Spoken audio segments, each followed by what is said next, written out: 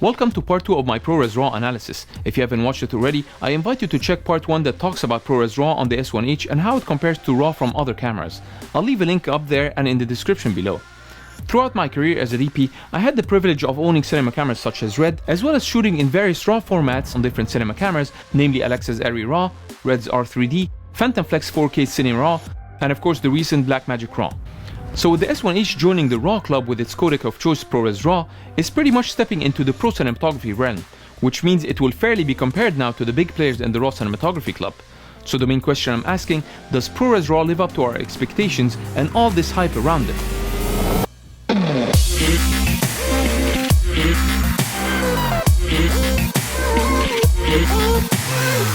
Since the first ProRes RAW announcement, I must say that this hype has given us a lot of frosting, but not much cake. We heard about promising features, but after my first-hand experience, I realized it spread a lot of misinformation and gave us very high hopes and expectations from this format, some of which were very impressive and some were disappointing. So I'm here to make sure you get the most correct information, reality as it is, without any sugarcoating. I warn you that this episode might get a bit technical, so I'll leave timestamps here in case you want to skip all the nerdy tech stuff. Let's dive in. Before we get too excited about RAW, let's understand what it really means. In case you don't know, working with RAW isn't all sunshine and rainbows. There are as much drawbacks in RAW as there are privileges. The trick is to have a RAW codec that can tip the scale towards those privileges. First thing you need to know is there are two types of RAW. First is the RAW that's created exclusively for a specific camera and can only be recorded in it. Take for example R3D for Red, Arri RAW for Arri cameras, and VRAW for Vericam. They're proprietary to that camera brand and their ecosystems, so let's call them proprietary RAW. Keep in mind that Red RAW files are compressed RAW, which was a breakthrough when it was first introduced, as they're relatively very small than the uncompressed RAW from Arri and Vericam for example. The second type of RAW is the open format type, which is not exclusive to any specific camera, but rather is an attempt to unify all cameras under one format, a concept we've already seen in the standard version of ProRes, which explains why you see it in many cameras. So ProRes RAW is no different. Just like its standard cousin, it's already adopted by all those cameras, and the list is growing as we speak. Other similar open RAW formats out there are Cinema DNG by Adobe, and of course the most fierce contender, Blackmagic RAW, which you might think is proprietary to Blackmagic cameras, but in fact it's an open source, meaning it's a free for all. Any camera can use it if they want to, unlike ProRes RAW where you need to pay royalties to Apple in order to use it. Now let's focus on our subject, ProRes RAW, and briefly refresh our memories with what we know about it. It's the latest compressed RAW codec that sits on top of the ProRes family of codecs when it comes to efficiency and image fidelity. It comes in two flavors, ProRes RAW and ProRes RAW HQ, where HQ obviously is a slightly higher quality, meaning less compression. The codec was developed by Apple, which means it's optimized for the Apple ecosystem, so expect Apple to ensure it performs flawlessly on their machines and apps. Atomos was working very closely with Apple as an early adopter/developer of the format to enable it on its recorders, so expect a lot of buys from Atomos as well towards ProRes RAW, which is not a bad thing since Atomos create really awesome products and ProRes RAW would potentially add to their awesomeness. Unlike its other ProRes formats, ProRes RAW is an acquisition format, not a delivery format, meaning you can't export to ProRes RAW from your computer. You can only record straight from the camera, then export it from your editor to all other ProRes flavors. Finally, just like ProRes cousins, it's a very efficient format, optimized to balance between performance and high quality image, and it pretty much delivered on that front. We'll explore that in detail shortly. Now to understand ProRes RAW, we need to understand what RAW means to have a frame of reference. First, just like how the name suggests, RAW means unprocessed. That's the golden rule in RAW. In case you don't know, everything we shoot starts in a RAW form. Then cameras usually apply a heavy set of adjustments and corrections to the RAW image, which gets baked into the video clip to permanently change its properties. Then it gets compressed before it's stored on your media. So because this process applies permanent changes, the RAW clip loses its RAW title and becomes processed, which is the case with ProRes for example. Now with RAW formats, by default none of the corrections or adjustments are applied. You should get the image straight out of the sensor, and in most cases these days, RAW gets compressed before it's saved onto your media. With that said, let's now explore ProRes RAW features and categorize them under pros and cons and see whether they meet filmmakers' expectations. Again, it's all based on standard form of RAW we're used to from industry standard cinema cameras such as Red and Alexa. I'll also add the Blackmagic Pocket Cinema camera with the Blackmagic RAW in the mix to spice things up. Keep in mind that everything I'll mention here is based on my first-hand experience with all those formats, as well as the common knowledge in professional cinematography circles. Let's start with the pros. The first one is actually written in its slogan, Performance of ProRes. If you haven't experienced it already, ProRes is probably the fastest codec that's designed for speed with no visible compromise in image quality. No wonder why it's adopted by all major cinema cameras such as Alexa, Red, Venice, and VariCam. They all have internal ProRes 444 recording. I mean, when Arri calls something a high-quality codec on their website, then it must be something worthy of our attention. It even said, images recorded at 444 codec are almost indistinguishable from uncompressed HD or UHD material. With such a bold statement from a respectable camera brand, it's no surprise that despite the fact Alexa offers internal RAW recording, most DPs, including myself, choose ProRes 444 over RAW when shooting with Alexa. I want you to hold on to that thought, as we'll get back to it later. Also, standard RAW is famous for suffering from slow performance. It sucks all processing resources from your computer. With Arri RAW, for example, you'd probably need a beefy Mac Pro to handle it, or just create proxies while editing to avoid speed frustrations, which of course takes time and even more space. Red RAW is a more manageable file. Works good with an iMac Pro, mostly without the need for proxies. But you'd need them if you're handling 8K footage with effects and heavy grading added on top. Yet ProRes RAW does not suffer from any of this. It's a fast performing codec. You should be good with a medium to high spec MacBook Pro even when shooting at 5.9K. Its nemesis, Blackmagic RAW, also enjoys awesome performance, similar to ProRes RAW, even at 6K resolution. Let's confirm that with some actual numbers from Apple's white paper. ProRes RAW renders almost 12 times faster than R3D, which is Red's RAW codec, and almost 7.5 times faster than Canon RAW. It can also export to H.264 almost 5.5 times faster than R3D and 3.5 times faster than Canon RAW. Forget about other RAW formats. I compared exporting S1H's own internal 5.9K H.265 clip with multiple effects against the same in ProRes RAW. And despite the fact it's almost 10 times bigger than internal H.265, it was between 1 and 1.5 times faster at rendering and exporting. There's some sort of digital voodoo magic here that I surely salute Apple for. I mean, with that kind of performance, proxies will become obsolete. Second, RAW files usually have high bit depth. That's the first obvious and great advantage of RAW formats over compressed formats. And as we know, S1H has 10-bit internal recording in most of its presets, which is already awesome. But what's better than 10-bit internal? Well, it's 12-bit external. And again, the difference between 10 and 12-bit is much bigger than you might think. Let me explain. To visually simplify things, imagine the color spectrum in 10-bit is divided into 1024 steps per channel. I'm talking about the RGB channels, of course. Each step represents a shade that shifts from any color towards the neighboring color.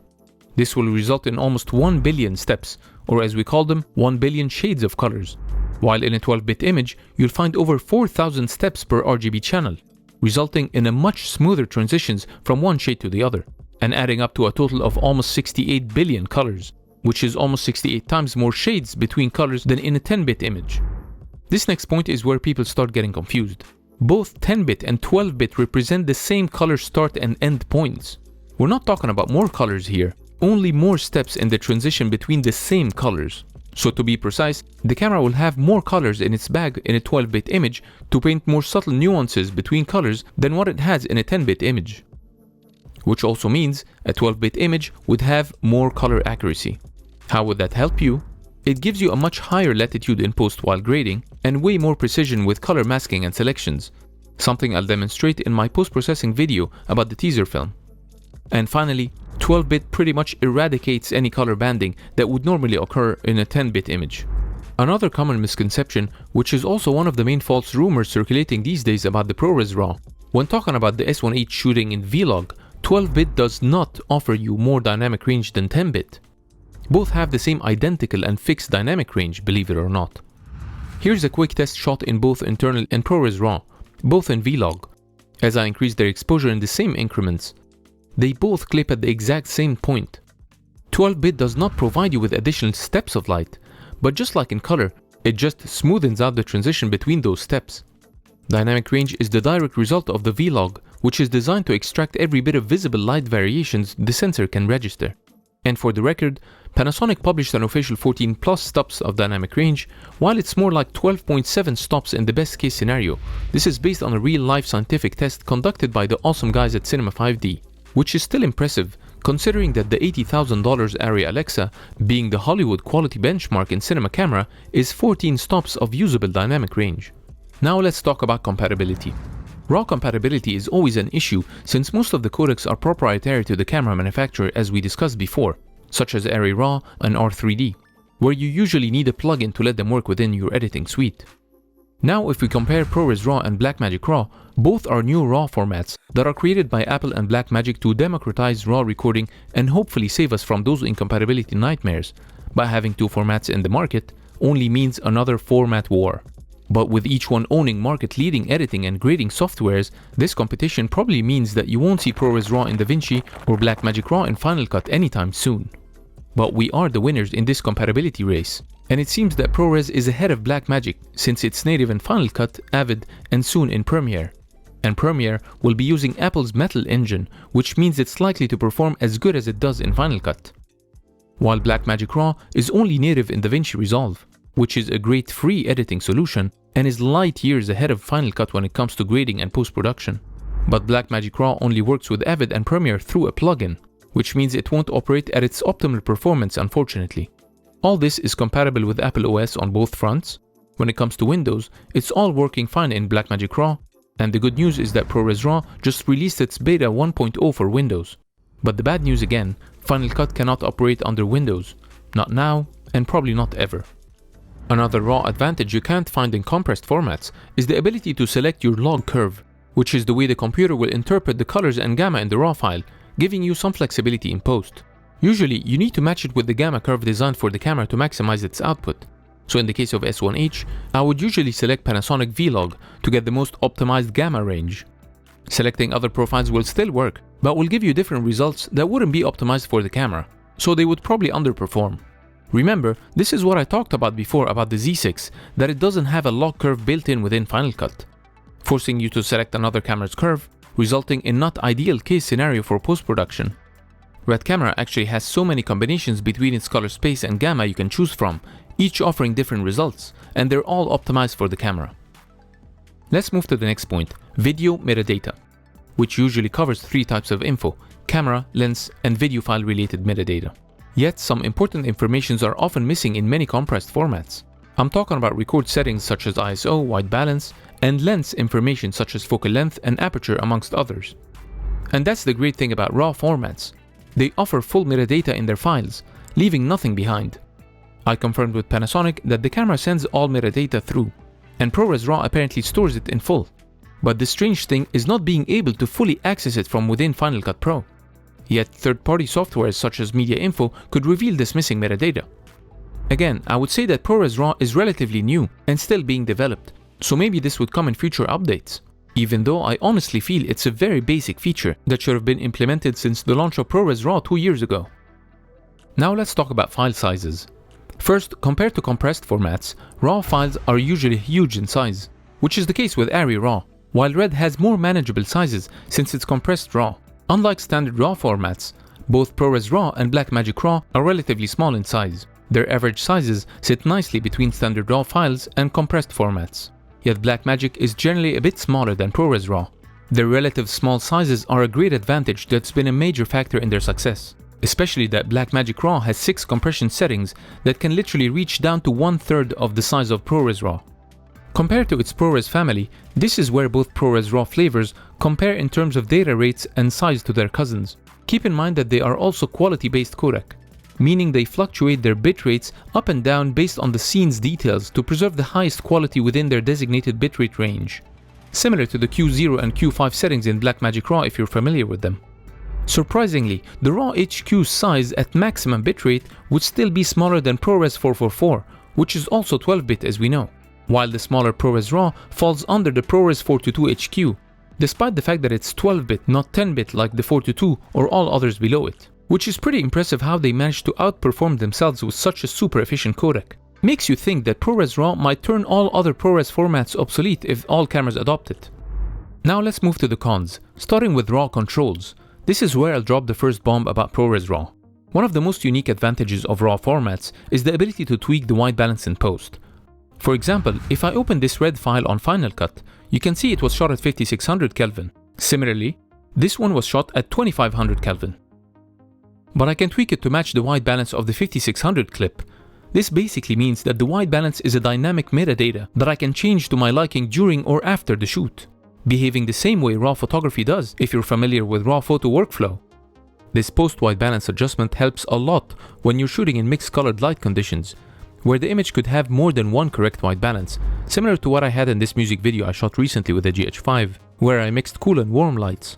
It made me a bit nervous when deciding on which white balance I should set the camera to, risking it not being the ideal choice for achieving a great looking skin tone, something I'll only discover when grading, when it's too late to go back and fix it. So if I had this post-white balance control, I wouldn't have to stress about which white balance to set the camera to and just focus on the creative side of my shoot, knowing that I have more creative freedom to experiment with in post. So if you don't have that, what kind of white balance control do you get then? Well, just the standard you get from Final Cut when importing any H.264 clip. Let me demonstrate. Here's a clip shot at 3 different white balances, 2500, 5600 and 8000 Kelvin. When you open your clips on Final Cut, it will always display 5000 Kelvin, completely disregarding the setting you set the camera to while shooting. If you try to match all to 5600, the results will never be a perfect match. Close values such as the 5600 and the 8000 had decent results, except for colors affected by the red channel, such as the purples and the pinks here. But the 2500 clip is totally gone. I tried everything and there's no way to get it even close to 5600. Such dramatic white balance shift goes beyond what a 12-bit could do. I know you might say that you would never set a white balance that far off target, but again I remind you of the mixed color scenario. This demo only proves that there's a great deal of color information that's lost or maybe hidden, which would limit your color control over ProRes RAW. And this is the first major drawback in ProRes RAW. As of now, it does not offer you white balance control in post. Don't believe anyone who tells you otherwise. Strangely, I've been watching and reading articles from respected sources, such as this one from DP Review, stating that ProRes RAW provides similar capabilities to RAW photo editing, such as the ability to set a new white balance after footage is shot, which unfortunately is incorrect. I'm optimistic and almost confident that this could come in future updates, but no one knows when that could happen. So again, my first-hand experience confirmed that there's no RAW type white balance control in ProRes RAW at the time of this video. I gotta say, this is a major flaw in ProRes RAW format. And Apple needs to give us back control over white balance if it really wants to label it as RAW. Same goes for post ISO control. It's also baked in the ProRes RAW file. You can't change it, there isn't even a slider for it in Final Cut. Keep in mind, this ability to change those controls in post is the flexibility pros look for in a RAW format. It's a major advantage that gives RAW its charm over other codecs such as the traditional ProRes. Makes me wonder if this is what Apple meant by flexibility of RAW here in their slogan. I want you to hold that thought for a bit, please. The following points are fairly a set of disadvantages that all RAW codecs suffer from, not just ProRes RAW. And I'm talking about all those corrections and adjustments cameras apply to their clips before they're saved to your cards, starting from denoising.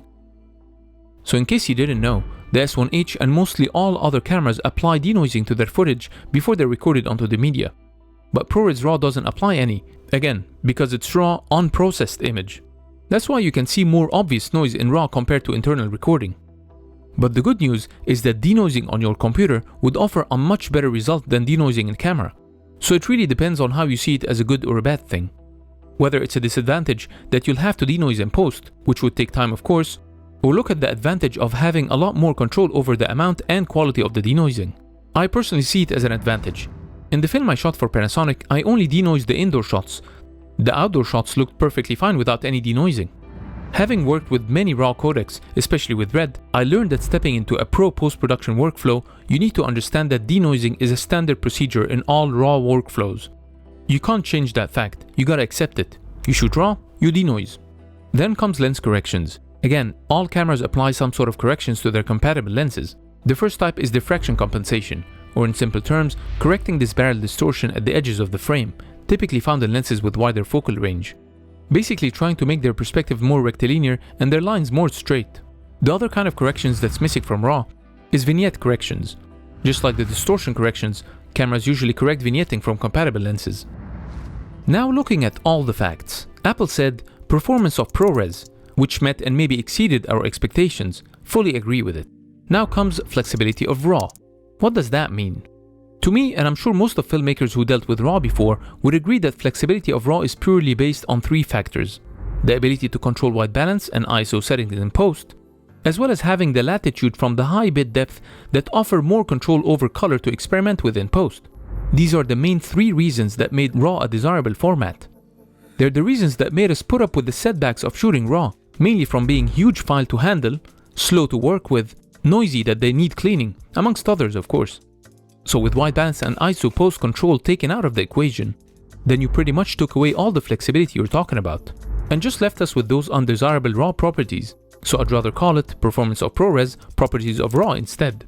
But hang on, the positive side is we're left with a higher 12-bit file, which is great. But the funny thing is, standard ProRes already has a 12-bit format, the ProRes 444. Remember how I said earlier how ProRes 444 is the format DPs choose in Alexa over Arri RAW in most of their shoots? The answer is again given by Arri itself when it said, images recorded in 444 codec are almost indistinguishable from uncompressed HD or UHD material. So in this case, ProRes 444 would be the closest thing to standard RAW you can get, yet it's faster, smaller, and more compatible with all NLEs.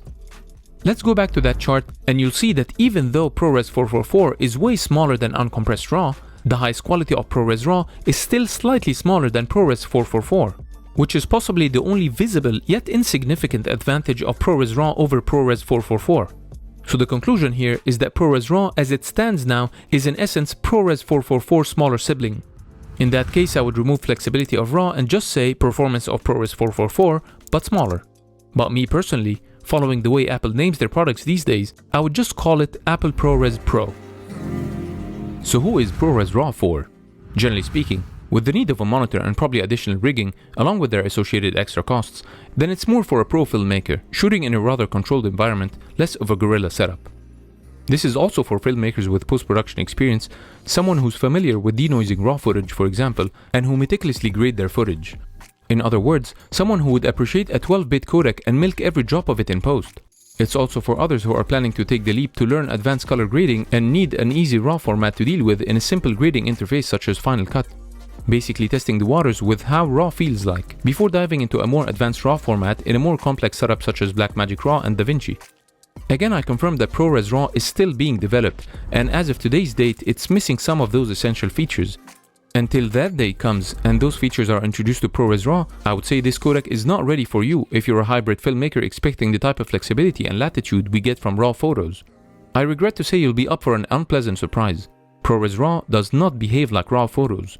It doesn't magically recover clipped highlights the way you see in photos, and most of all, you can't readjust your white balance on the computer. It's not just about ProRes RAW by the way. All other RAW formats and their workflows would be a considerable downgrade from what you're used to in a typical RAW photo environment. I learned that the hard way coming from photography background and buying my Red camera to realize that RAW video is not like RAW photo. Again, just managing your expectations, not destroying your dreams. Also, if you're a pro filmmaker with advanced experience in other RAW codecs and expecting the same type of flexibility, then ProRes RAW would be a downgrade from what you're used to, but an upgrade when it comes to speed and performance. As mentioned, ProRes RAW is a very complex subject to cover in one go. Believe it or not, I still have a lot more to share with you, so I'll be working on another episode to cover how I got the best out of this codec through the making of the teaser film, mostly covering my post-production and grading workflows, even sharing all the tools and LUTs I developed to reach that final look, so stay tuned for that. In the meantime, feel free to ask me anything in the comments below. Thanks again for sticking around, I hope you liked this episode, stay safe, and I'll see you next time.